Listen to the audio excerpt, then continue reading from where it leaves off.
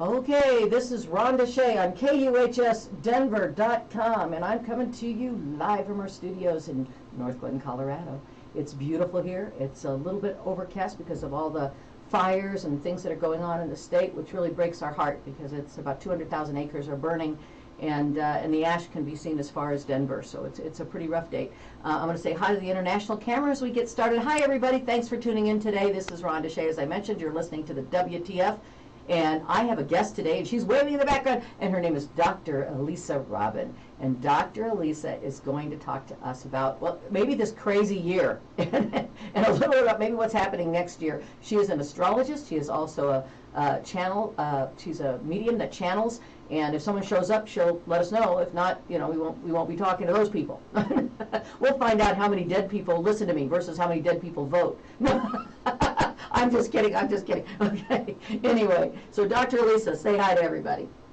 Hello, everyone. Thank you so much for having me on the show. No, we are so excited. I think it's going to be an incredible, interesting to learn more about you. And so what I'd like to do is, before we start out, I'd like you to tell everybody when your show is on KUHS Denver. You have two, I think, so tell everyone when they are and a little bit about them, and then I'll go back and we'll ask you some questions about yourself, and then we'll get started with some really interesting things. Sure. So the first show is the Dr. Elisa Show. It is on every other Thursday at 11 a.m. Mountain Standard Time. And I do some astrology, and I sometimes have amazing guests. Next week, I actually have Rebecca Rosen on, who's an internationally known channel. She's read for Oprah and for Dr. Oz. She's amazing. So that's one show, and then the third Monday of every month, I have the Crystal Ball Hour, and I show up with my crystal balls, which I actually have, and I do live readings. And people simply post questions in the Facebook site, and I do live readings. Wow, that's pretty cool. You know, I always build these shows when I have somebody on that's a psychic. I call it the psychic and the psychotic. Anyway, and you know. Balance out well. I like that. Yeah, didn't that work out well? So tell me a little bit about yourself. I know some things about you because we worked at different times, or ships crossing in the night at Regis University. Both of us did. And you have an interesting background in education. You have a PhD in educational psychology, if I'm not mistaken. Is that correct? Yes. My first career, I actually have a master's in geology, and I worked as a geologist for 6 years with a big oil company, which was not a good fit. And then I went back and got the PhD, so total change of careers, no prereqs, walked into a PhD program in Ed Psych, got the PhD, and I put myself through that PhD as a professional astrologer / psychic / whatever, channeler, and used those skills that I had developed over most of my life to pay for my PhD. Well, that's awesome. Yeah. So and then when I stepped out of that, when I graduated, it was hard to get a job. So I still did some of that until I landed my first job at it's a small art school here in Denver. And I was a dean, and then I was a dean at a community college, and then I was a dean at Regis University, where we almost crossed paths. Yes, we almost did. I left just probably about a month or so before you came in. So, but what I was going to say is that that's really an interesting pathway. I mean, I think I like to call it a journey, because you know there's a Janice Stanfield, who's a great songwriter and singer that one of my very favorite, has a song called "I'm Not Lost, I'm Exploring," and and I love that. It's perfect. I think because if you've ever sailed, to get where you're going, often if you're sailing into the wind, you have to tack, meaning you're never on course. You go sort of to the left, and then you go to the right, and then you go to the left, and you go back and forth because you're sailing into the wind. So you have to sail sideways to the wind. And eventually, you have one last tack. It's the only time you're on course is that last tack when you're sailing. Wow. Well, let's start with this. How did you know? I mean, to me, it seems to be something that's, well, let me back up. I believe that most people have some type of intuition or ability, like we're discussing. It's just that it's not something that we develop. So I believe that part of the brain doesn't develop those skills and those things because we don't need them anymore as much as we used to. We probably do, but people don't, as a survival mode and things like that, people don't think about it. And I think that we just don't use it. And so my question is, do you believe, we're going to talk about how you first discovered that you had this ability, and do you think everybody has it, or do you think it's, some have it more than others, but do you think it's something that most people have and they just don't use, or is it truly something that just a few people have? Great question. I do believe that everybody has the ability, and I have met people who are pretty amazing psychics who said they taught themselves. They went to learn how to read the Akashic records, or they're an astrologer and they don't consider themselves psychic, but over time they've developed that part of themselves. But I will say that there are many people who are born, either it's through their lineage they've inherited something, or for whatever reason, and they are more open in that area. Most of us learn to shut it down because it's often inappropriate unless your lineage, your family approves of it, it's accepted. But yes, and. Okay. And I do think that it's something that in society, and especially in our society, in Western society, it's not viewed like it is in many other cultures. And throughout history, there were always people that read the stars and the charts, and through the biblical times all the way up, to today. And there was much more emphasis on that, and early man put much more emphasis on it than modern man does. And do you have any idea why? Or so astrology used to be considered a science, which is fascinating, right? Wow. And it's just funny, I was telling you today, so I'm Jewish, and today I was actually studying some aspects of Torah, and they talk about astrology. Yeah, they do. And the right way to do it, use it, and the wrong way to use it. So I try to do kosher astrology, just so you know. That's a good name, kosher astrology. So what are some of the things that the Torah tells you about astrology in terms of how to use it correctly and how not to use it? Sure. It's used to talk about personality type. It's used to talk about energies or opportunities. The thought is that when you're born, your soul has a mission, and that you gave yourself clues to that mission before you were born. And some of those show up in your astrological chart. And so that's what I look for. What does your soul come here to do? Where you're not supposed to use it is in places that instead of using free will, you go to a psychic and they say, do this thing, where you're not using your own intuition, your own connection to spirit.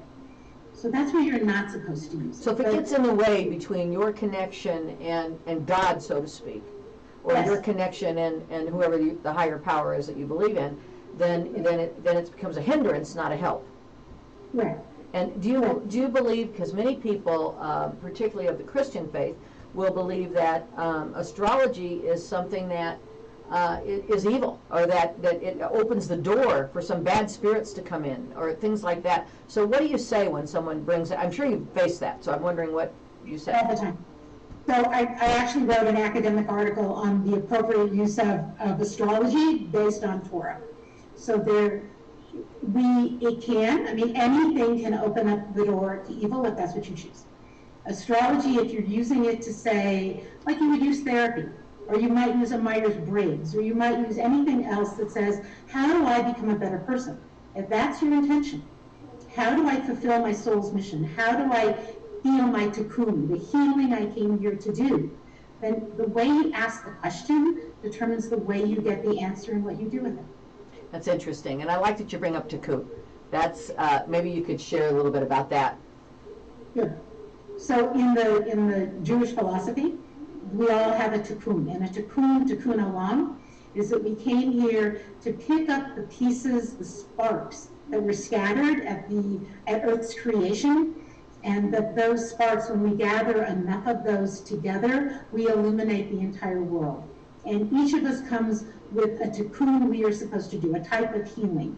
So think of the sparks that we're supposed to gather, and our soul wants to do that. And any guidance we can get on how to do that better is a kosher way of using astrology. I just love that. I'm not super familiar with it, but I've heard of that before, and I absolutely love that philosophy. It's very and love that piece of the Jewish religion. I think that we're all here to pick something up and share that light and that spark, and I think that's beautiful. And that's what Jesus did. If you're Christian, he came down, he picked up those pieces and he shared that light. So it's not something that's foreign to other religions as well. It's just not necessarily named. Absolutely, Yeah. absolutely. So let's talk that. So let's go back again. You probably answered this, but I got so wrapped up in all of that. Make sure. So again. How old were you when you noticed you had this ability? I don't remember a time when I didn't. So my parents moved into a new house. We moved, I think, when I was 5, and my bedroom was haunted. At least that's how I felt. Now I could have had a spirit guide in there, but we all over time learned that it was haunted, and that there was energy in that room. My brother once went in there when he wasn't supposed to, and the mirror fell off the wall. A boyfriend, when I was older, went in when he wasn't supposed to, and he came out ashen white and said the sleeping bag rolled across the floor and hit him in the feet. There was a seance in there when I was in middle school, probably elementary school, and at the point, and I wasn't even in the room, and all the girls said, give us a sign, and all the window shades went up. So I always had some sort of spirit around me. I started reading tarot. Again, I don't even remember when I got my first tarot deck, but probably middle school. And my grandmother, who hated all of this and didn't believe in any of it, once said, oh yeah, back in, she was from Poland, I used to pull cards and we would pretend to tell each other's fortunes, and I was really good at it. But she hated it. She couldn't stand any of it. What? So I've kind of always known, and there were times that I knew I had to turn it off and not say what I was picking up. Well, I would think that with it comes great responsibility. I mean, if you're going to be giving information that could change how people view something or anything, you really have a great responsibility there. There's a comment I want to read. Sue Weaver, she is in Florida, said, I believe a lot of people are afraid of it, meaning afraid of of developing it. And it is a big responsibility. I mean, I can see where that's something that people, would be afraid of. So let me ask you this. Let's get into the nuts and bolts of things, so to speak, or the stars and stars and planets. What in the heck? Okay, this show's called the WTF, right? And so what WTF is going on? What happened to 2020? So you have to know that astrologers have been looking at 2020 with a bit of concern for many years. Okay, let me say that we are in a birth process, and birth is always messy. Like, there's no getting around it. It's always messy, right? So astrologically, there have been 3 planets that have been, one of my astrology friends says canoodling. So hanging out together in the sky, okay? They came together pretty strongly in December of last year, and then formed this, little group in probably February, March, and they've been hanging out together. So the planets, and I got to take you through this. The 2 planets that are really affecting us are Saturn and Pluto, and then Jupiter joined in. Okay, Saturn is the planet that says, let's keep everything the same. We like how things work. It's the planet of tradition. It's in Capricorn. Capricorns like tradition. They like building structures. It is hanging out with Pluto. Pluto is the planet of creative destruction. And they're next to each other. So here's the best metaphor I can give you. You inherit a house that's really ugly, but it has a great view. So there's a human tendency to say, let's remodel. So you can imagine you've inherited the house, you're Saturn, you're like, it's okay, I know it's ugly, but I think I can remodel, I think it's okay. And your best friend, Pluto, shows up, and you notice she's driving a wrecking ball. And you say, what are you doing? And she said, I'm giving you a big favor. The house is ugly. Let's take it down. And you start screaming, no, I think the bathroom's okay. She goes, are you kidding? Look at that olive green tile. It's terrible. And slowly she takes it to ground and says, see, now we can build what we want. that has been going on in the sky. So that's one piece. The other piece is that Jupiter is hanging out with them. Jupiter is the planet of expansion. So let's say it was your birthday and I said, oh my gosh, Jupiter's on your sun and your solar return. You're going to have an expansive year. Come back next year, tell me what happened. And you show up and I say, so what happened? And you say, I gained 30 pounds. I expanded, right? So what's happening? We're expanding this discussion between Saturn and Pluto. Keep it the same for just because. No, it's time to change. No, that and Saturn is expanding that. And everything you see are the messy, chaotic steps that happen when great change is coming. Before we give birth, it's messy. It's like labor pains, so to speak. Yeah, like labor pains is what I said.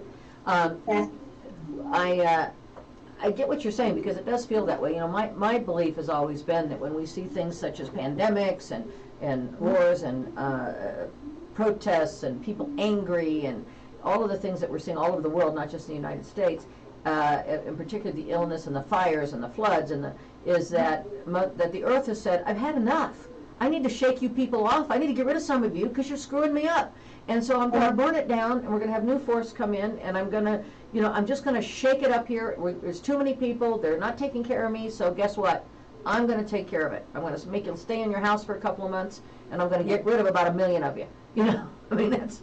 It's almost like being told, okay, time out. Yeah. You give a time out. But the planets don't have a nasty agenda. This isn't set up so that we fail. Again, it's like, here's the time. I like to look at this as I chose to be born in a certain time. I chose to live through this time. What is the best I can make of this time? What's the best I can do with it? And the planets are pushing us to do that because as we move into next year, Saturn and Jupiter move into Aquarius.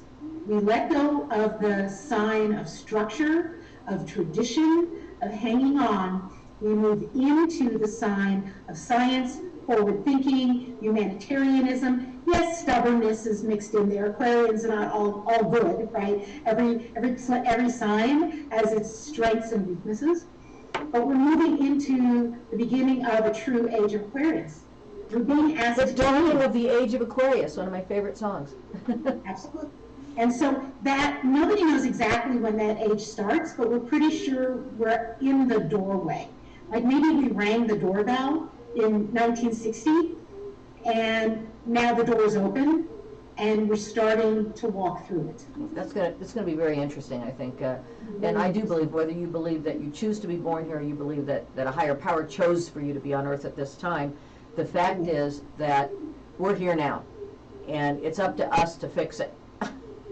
We're all here to do something, and the reason that we're all here to do something is either a higher power wanted us here or we chose to be here because we have something to offer that will help us get through a very tumultuous time. And things will get worse before they get better, I think. I mean, that's my gut feeling. I don't know what you think, but... I hate to predict, right? Mm-hmm. But what I do believe is these planets are so close together. At the same time, we have the planet Uranus in Taurus. It's not happy there. This is the planet of ultimate freedom and rebellion in the sign of ultimate stability, which is why we're seeing a lot of earthquakes. We're seeing a lot of things happen to the planet. That's sort of the weather that's happening there. Mm-hmm. But what I think is it's our choice, right? Will things get worse? What do we want to choose? Will things get better? What do we want to choose?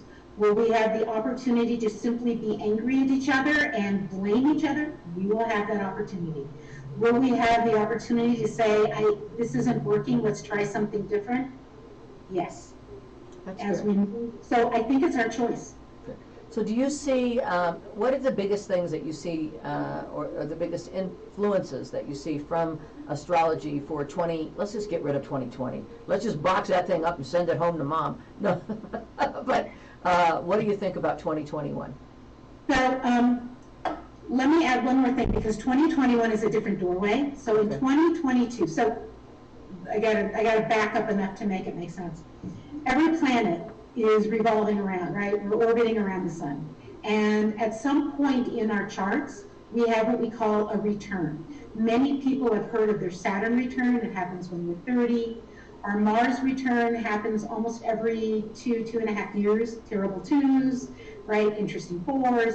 So we can see that these patterns, the planets return to where they were when we were born, and it has an effect on us. Pluto, which Pluto always wins, and it's one of my favorite planets for interesting reasons. Pluto always wins. Creative destruction always wins. Pluto takes 250 years, give or take, 244, 250, whatever, to go around the sun. Do you have any idea what's coming up on its almost 250th birthday? Oh no, what? The United States of America. Oh. We are about to have, in 2022, a Pluto return. Now, different astrologers give it a different date, but it's coming.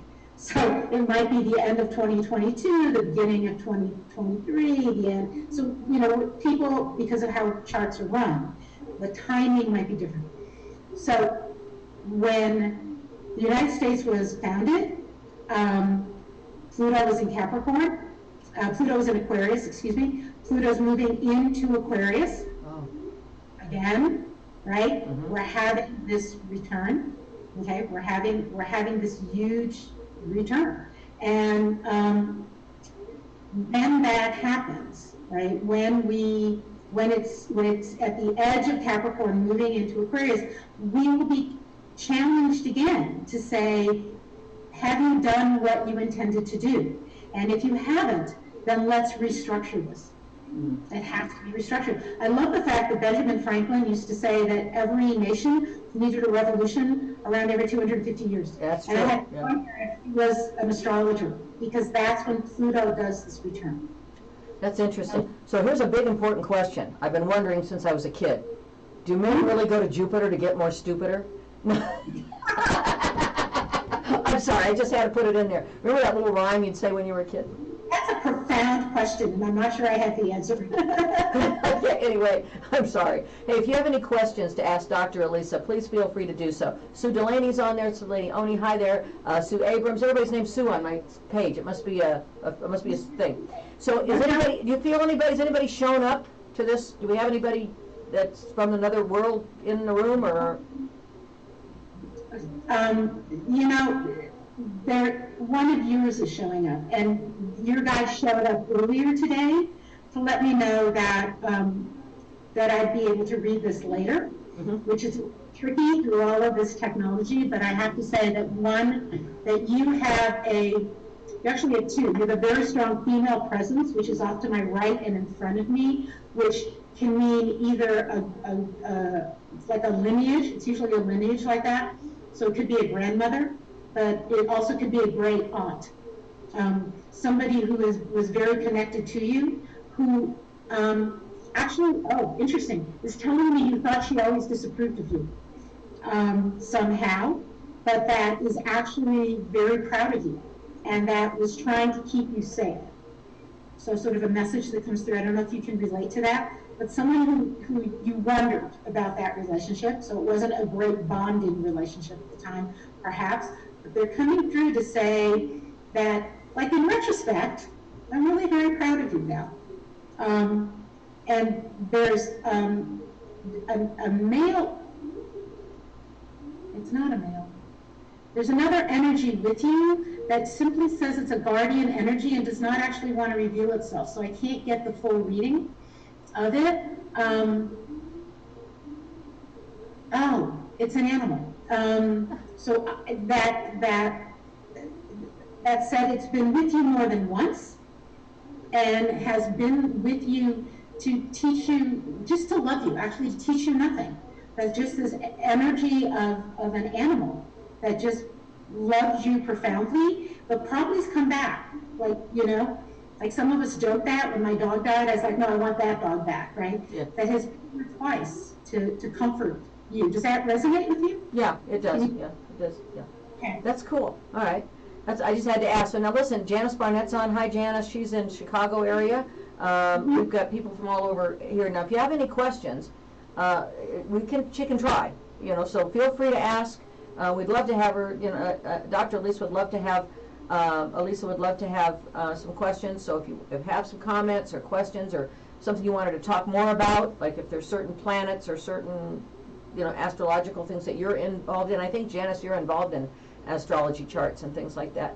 What do you think of numerology? Is that kind of similar to what you do, or is that different?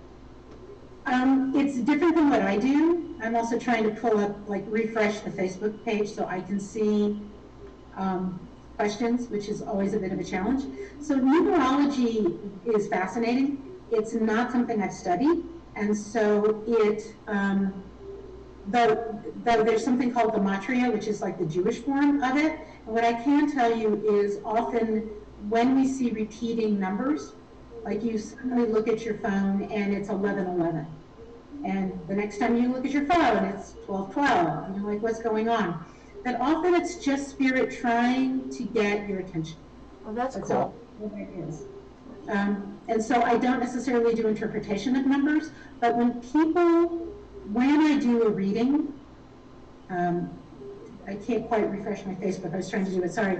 When I do a reading, if somebody says to me, I'm seeing these numbers, or I've had these dreams, I incorporate whatever that is to the best of my knowledge. I'm better with dreams, because I haven't specifically studied gematria or numerology. But all of those are just ways we get messages. Wow, that's cool. Well, so I'm going to tell you about this weird dream, since you like dreams. So actually it was very scary, and I know it had some meaning. Someone had passed away, and I was devastated. I was, I couldn't, how it is when that happens. And in the dream, I was in this deep dream sleep. I was searching for this person, and I ended up in this kind of foggy walkway with little candles or lights. They were like candles, but they were just lights, and there was hundreds of them. They were just everywhere. And I was walking by them, and it was kind of weird. And all of a sudden, my grandfather, who I was very close to, comes up and he says, "Turn around, go back. You can't be here. These people need energy, and you will never leave if you don't turn around now." And then I woke up and went, "Oh, jeez." So that was a dream. So there are, this is going to sound funny, there are levels of transition that people go through, and some people, when we pass, depending on your beliefs, some people are not quite ready. They're hanging on, but they don't have the energy to do that. So they will often, and I honestly think this is the origin of the mythology of vampires, that they will try to, because they can be alive in doing this, clearly, we've met emotional vampires, but they can be trying to stay as alive as they can because they're afraid to pass. And there are many stories about having to either, get in the boat and be rowed across the river, or go through the place of healing before you get to heaven, or tons of stories about the passage we have to go through. And often in our sleep, which is considered a 60th of death, we can get close to that place. And he was just protecting you and saying, you're dreaming too deeply, don't come here. Don't dream yourself here. So my hunch is you might have been in a time where you were very lonely, where you were missing somebody, and that your spirit was going and looking for either your grandfather or somebody else who passed, who, your grandfather's talking to you, that you had an ability as a child to see into people. It was one of the things that made you a very good interviewer, and that ability can lead you astray if you're not aware of it. So that call it being an empath, being very empathic, that sometimes that can take you down, like you could follow somebody and lose track of where you are. Yeah. And that's what he says you were doing. Oh, wow. So anyway, I have someone here that said she would do a reading or have a question. So her name is Susie Lieber. She is in the Phoenix area. So okay. Susie, if you want to type some questions or something that you'd like to ask on the Facebook page, on my Facebook page, please do so. and then we'll see what Dr. Elisa has to say. Right, and if I can add that when you do that, please don't ask me who's going to win the election. Yeah, we're not doing elections. Happen in the stock market. Yeah, we're not doing, will I win the lottery? We're not doing any of that stuff. We're not doing elections. We're not doing stock market. We're not getting involved in that. There's too many factors, and in addition to that, it's just not wise. not going to talk about that today. Okay, so Susie's typing something now. So yeah, I always felt that dream was. I always felt that dream was one that was. There was more to it than a dream. I just. What happened? You okay? Yeah, I opened something on my computer and it started to come to me, and so now I'm back. Okay, okay, so you're back. Good. Okay, so Royce is watching. Hi. So anyway, I always felt that dream meant something. That it was like, oh my God, somehow I crossed a bridge and I went too far wherever I was at. You know, and that's what I felt. Whenever you, don't be afraid, because most of us have some kind of guardian that will say, go back. And in fact, I've tried to cross that. When my father died, I got pretty far in and kept being warned, like, are you sure you can go back? Because I wanted to make sure my dad was okay when my dad passed. And there are a lot of protections in the way. Well, that's good. So it didn't surprise me that my grandfather showed up. He and I were very close. He had died, oh gosh, many years before that. But we were. You had a cat? Did you have a cat? I did, yeah. This cat just crawled in my lap, but I don't have a cat and I'm a dog person. But the weight of a cat just crawled into my lap and is like a bit, yeah, so just saying. Not my cat, it's yours. Must be mine, must be Max. Okay, this one says, Sue Weaver, do you believe the universe has put certain people on Earth to fight evil or to be evil? Let's add that to it. Well, that's a huge theological question, right? Mm-hmm. So I believe we always have free choice, and that we can choose to be evil, we can choose to not. We have choice. Free will, which is part of the Jewish theology, says that people can choose to do evil things. And if we as human are bruised in certain ways and come here with a certain personality, it might be very, very hard for us to choose to the good as opposed to choose to the bad. My personal belief is, because remember in Judaism, we don't have Satan, we don't have hell, we don't have any of that mythos.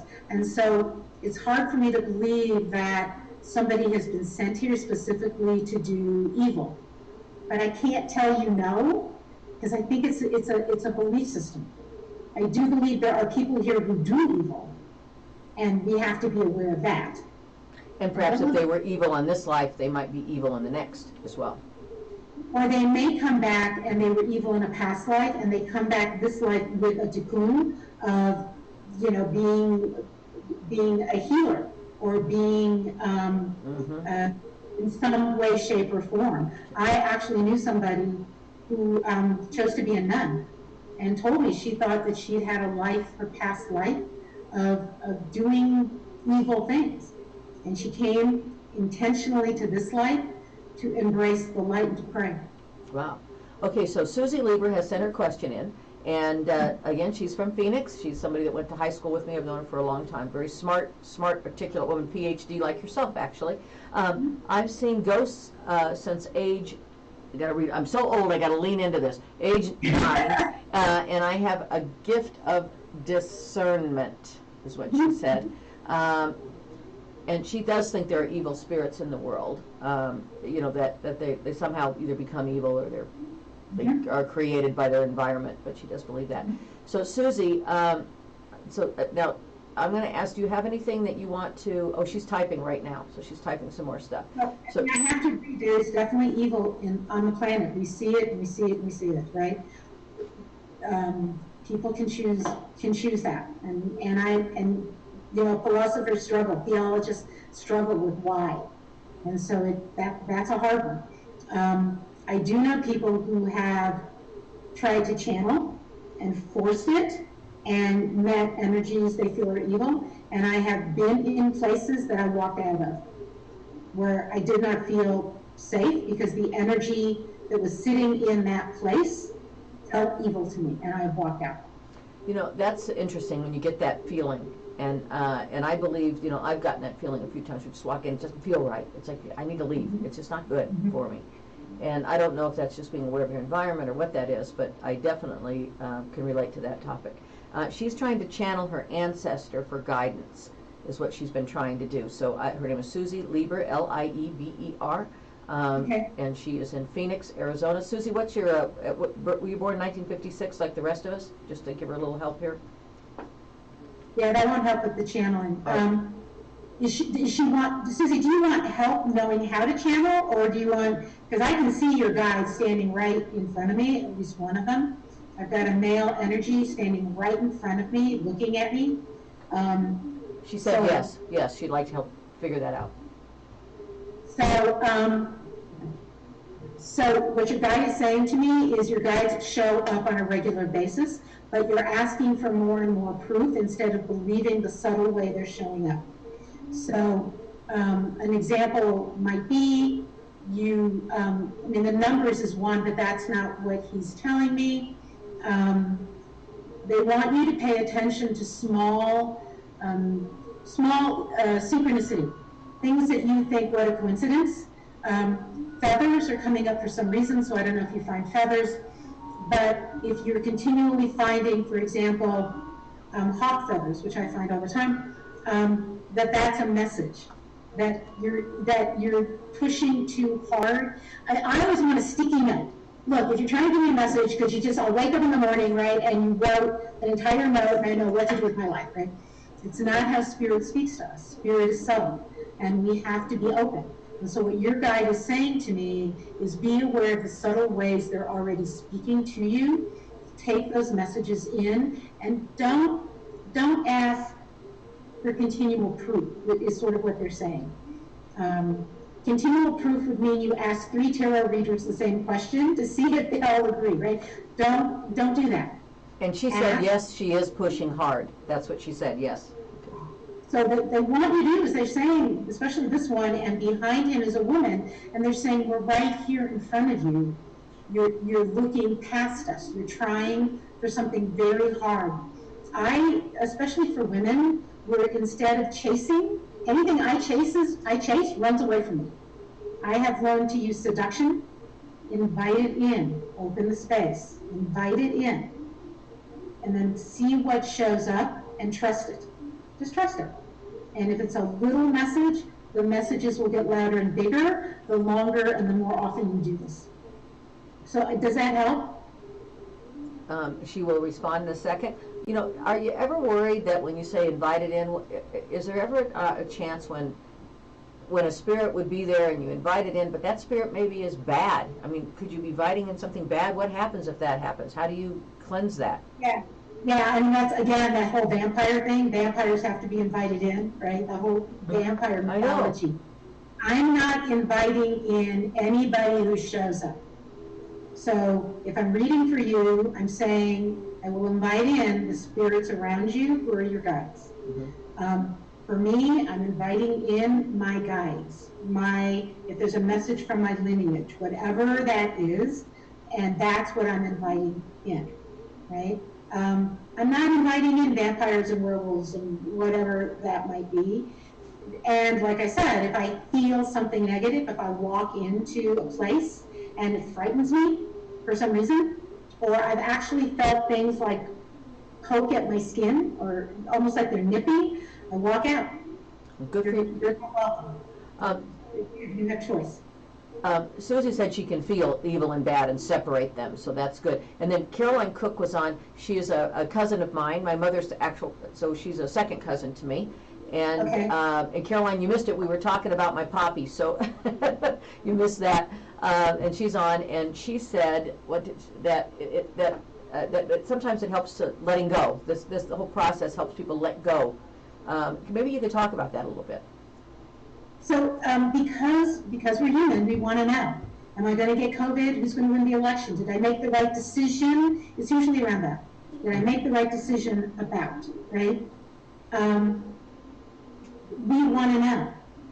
and because we want to know, we reach for our tarot cards 25 times a day, or we go to 5 psychics, or we get a message and go, are you sure? Are you sure? Are you sure? Right? We won't trust, we won't trust, we won't trust. That drives us crazy. Yep. That's the point. Letting go says, I'm doing the best I can right now. I'm getting the messages in that I'm inviting in, right? The sort of positive information, the information I need. I'm doing my prayers, I'm doing my meditation, or I'm doing my affirmations, or whatever it is that works for you, and then you trust. And you say, okay, right? There's a Jewish saying that I have what I need, and if I don't have it, I don't need it. So, for example, during COVID, I had a very lonely time, and I was able to say, okay, I have loneliness. I must need loneliness right now for my spirit to grow. Because, you know, we respect health when we're sick or we're threatened. We understand how to value friendships and love and family when we're alone. I must have needed loneliness for a while, because now I'm not lonely, and not much has changed in my life. That's pretty cool. So Susie said she's on a quest for her animal spirit, and she keeps returning to nature. I'm on a quest. My animal spirit was, what did I say, is vodka. No, but, and then Carolyn said earlier she had wished she was on, Carolyn Cook, when you channeled my grandfather. But I'm going to see if we can. Carolyn, do you mind? Maybe she is in Rhode Island, just so you know. We are in a big Italian family. I'm giving you some background here. She is related to me. She's one of, what? What's the question? Okay, so let's see if she has a question. I'll just see if there's anybody there. Is there anybody around from our family besides my grandfather? So remember I said to you there was somebody who wasn't coming through, and then I got an animal? Mm-hmm. There was a woman who wasn't coming through, and now that woman's coming through for both of you. Mm-hmm. An older woman. I can't describe her because she keeps telling me she's not short and she's not voluptuous, but she kind of is. But she doesn't want me to say that, so I don't know if there's a woman who was very proud of herself, which she should have been, and how she looked, but very picky about how she was described. She's a very strong feminine energy that probably both of you knew, because now she's coming through and she wasn't coming through before. She said that she was trying to teach both of you to be strong women. Boy, she was like, don't insult me, don't say anything bad about me, don't be careful about how I speak. Does that sound? Well, anybody in your past? Well, we share a lot of very strong aunties, let me tell you. So it could have been one of those. Carolyn, what do you think? You have a question specifically? It very much sounds like many of my mother's aunts, my great aunts, and even my Aunt Irene. So they're very strong women, and our family has a tradition. The women, you know, like my mom and my aunts got dressed every day, and they looked good till the day they died, you know. Is that the message here? I look good. Don't describe me badly. Don't say I look old. Don't say I look short or round. Don't say those words. I think it's Irene, but I'm not sure. She said yes. Carolyn said yes. So yeah, do you want to ask a question there? Auntie Amelia, yeah, it could be. It could have been Aunt Amelia easily. Sounds just like her. Yeah. She has on a dress. She likes this thing I have on, my jewelry. Oh, that's Auntie Amelia. That's definitely Auntie Amelia, I think. That she likes it. She says she still gets dressed up, that she might be gone, but she's still looking. She's still. Or maybe Irene. Yeah. She wants for the two of you to know that that you're doing the things you're supposed to do, and to not be afraid of your future, because both of you have still, I don't know how she's put it. It's almost like your family is preparing a big dinner for you where you will be celebrated, which doesn't mean you're going to die.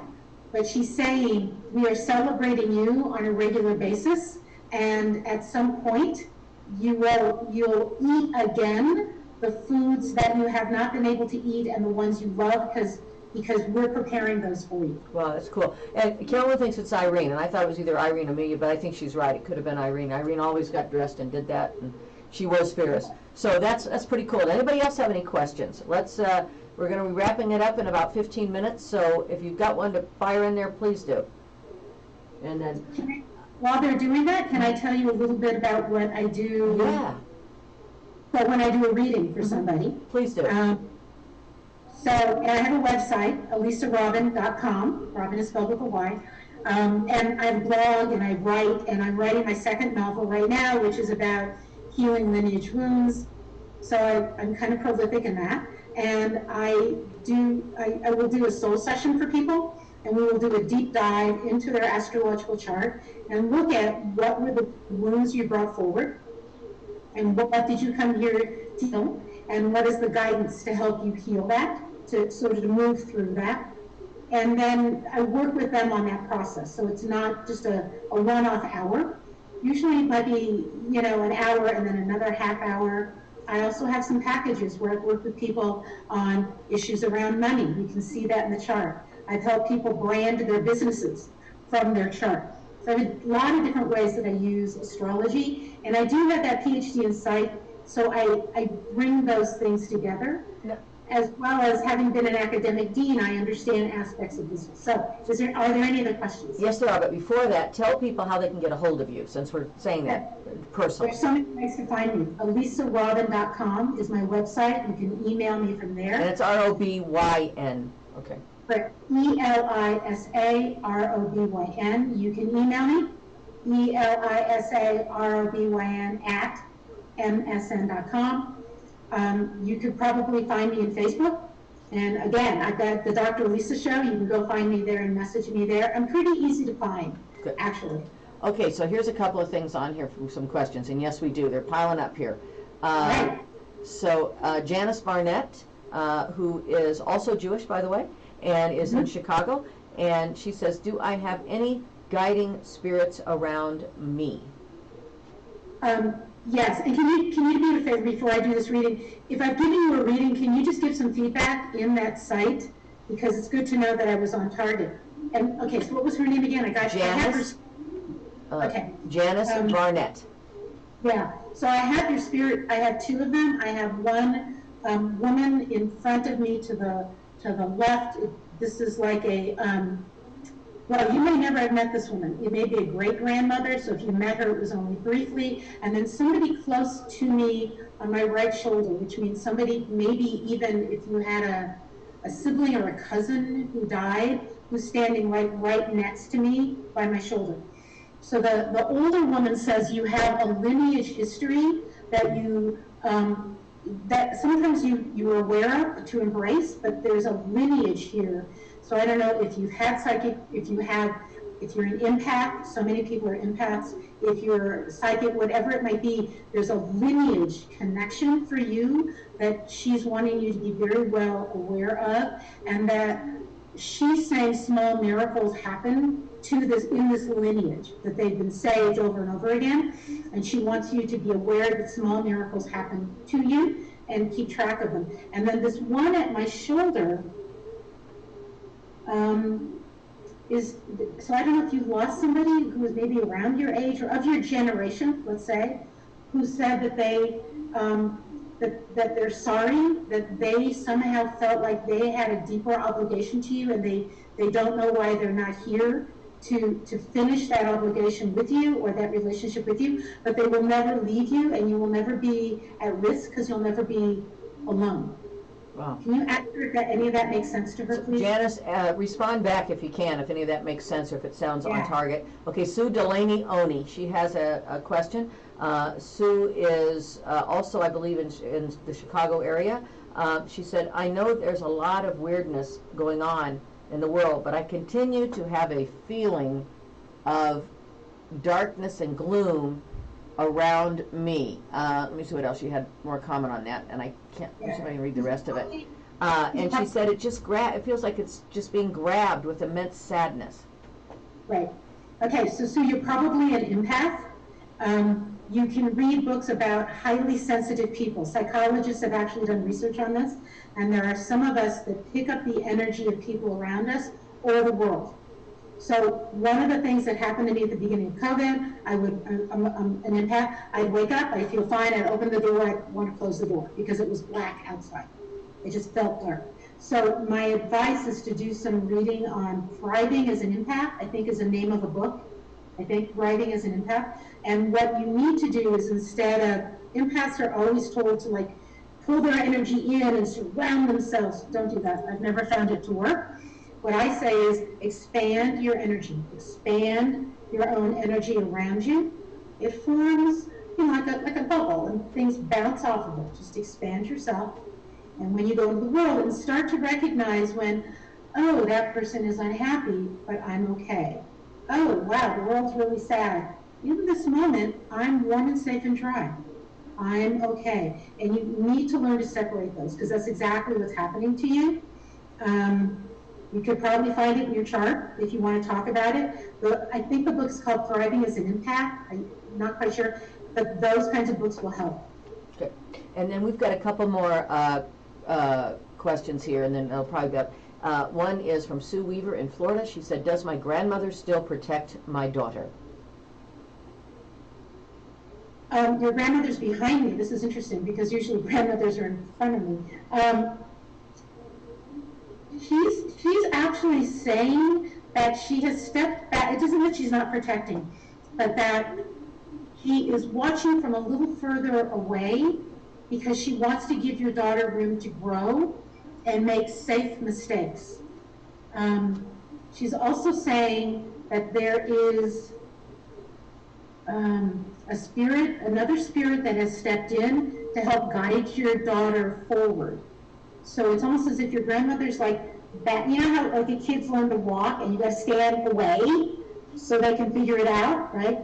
So they don't grab you. So that's what she's doing, but she said there is actually a spirit in front of her, and some people still on the planet, like somebody maybe she has not yet met, or women who will be mentors for her or on the planet, and they are going to help her.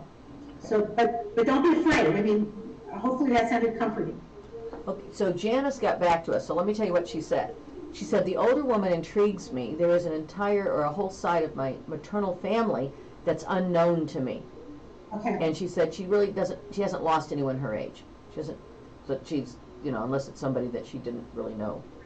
We nailed this one. This is somebody you haven't met from this lineage. Let me see who this is.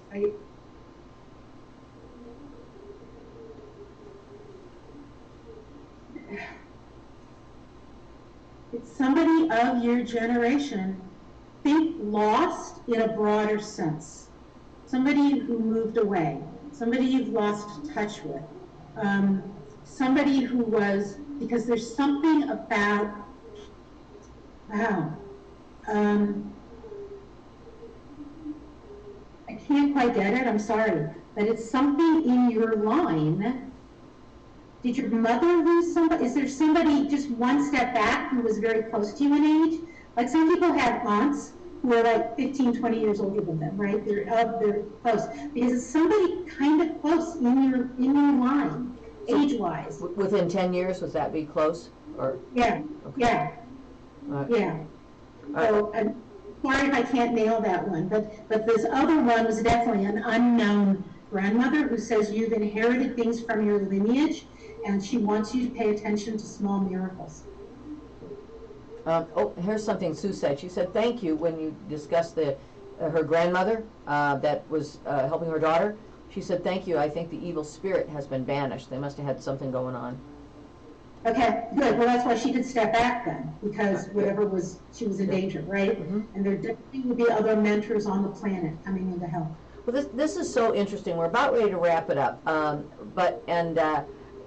people have asked you all kinds of questions, and I can't. I don't know how you do this from a distance. I think that's pretty amazing myself. But wait a minute. It's easier on the crystal ball hour. Mm-hmm. I'm in the studio and I'm reading the question, and they're listening to me directly. It's a tad easier.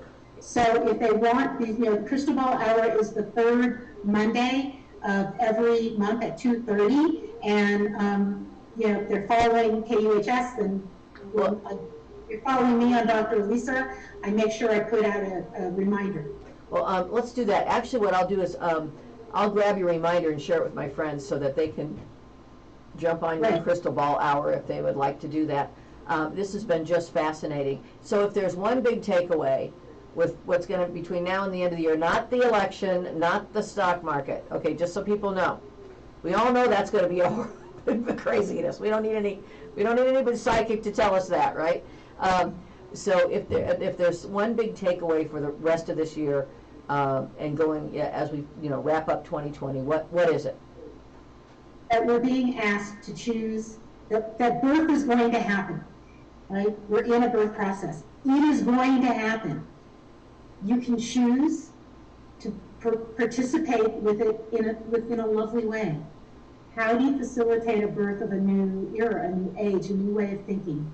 So be a little less afraid, a little more open-minded, maybe practice a lot of self-kindness and kindness to others around us.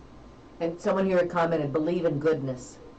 Believe in goodness, believe in kindness, hope, right? Believe in hope. You don't have to know what's going to happen. You can have a sense of hope and hold on to that. Good. Well, that's wonderful. We're just about ready to wrap it up today, so I want to say thank you to everyone who jumped on and asked questions, and I would like Dr. Elisa Robin, that's R-O-B-Y-N, so you know that, and you can find her or you can email her at Elisa, E-L-I-S-A, Robin, R-O-B-Y-N, at msn.com. You can tune in to kuhsdenver.com, and you can listen to her shows. And what I'll do is I'll grab some of her promos and put them on my Facebook page so you guys know when they're coming up, so you don't have to remember. But Thursdays, Mondays, she's got 2 shows here. She is phenomenal. I'm going to say, Jill Clanky said compassion for others, and isn't that the truth? That's really the big thing is compassion. Without compassion, we have nothing. And then Dallas Davis, she's in Peoria, Illinois, she said, good program today. So everyone's enjoying you. If you'd like to find out more, once again, give yourself a shameless plug. Please tune into my radio shows, but absolutely have a one-on-one with me. I have to tell you that I've been doing this for a while, and I love the experience, and that I absolutely can help you through this time. It's a great time to do these deep dive readings and find out how you can deal with life right now in an amazingly positive way. So you can find me in lots of ways, and I definitely do readings over Zoom. Well, that's pretty cool. All right. So I really enjoyed having you on the show. You're going to have to do this again with me because I think everybody enjoys it. This is great. It's a lot of fun, and so I appreciate it very much. I want to tell everybody to stay safe, wear your mask, be careful, be smart, and be kind. Just realize that no one wakes up and says, when I grow up, no little kid that's 6 years old wakes up and says, when I grow up, I'd like to be a homeless bum, and I'd like to be addicted to alcohol, and I'd like to have people ignore me, and I'd like to sleep in the cold in my own feces. No one says that. And so they're people, and I think it's time that we as a nation start being kind and caring for those people and find out who we are by how we help others. It's not about what they can do, it's about what you can do for them. And it's also not about the fact that they deserve it. Who do you decide if they deserve it or not? Everyone deserves it. So jump on board and this year and make the change that we need to be a kinder, gracious nation. All right, thank you for being here, and good night, everybody. We'll talk to you in 2 weeks. Bye-bye. Thanks, Elisa. Fabulous. It was great. I'm going to put the music back on, and there we go.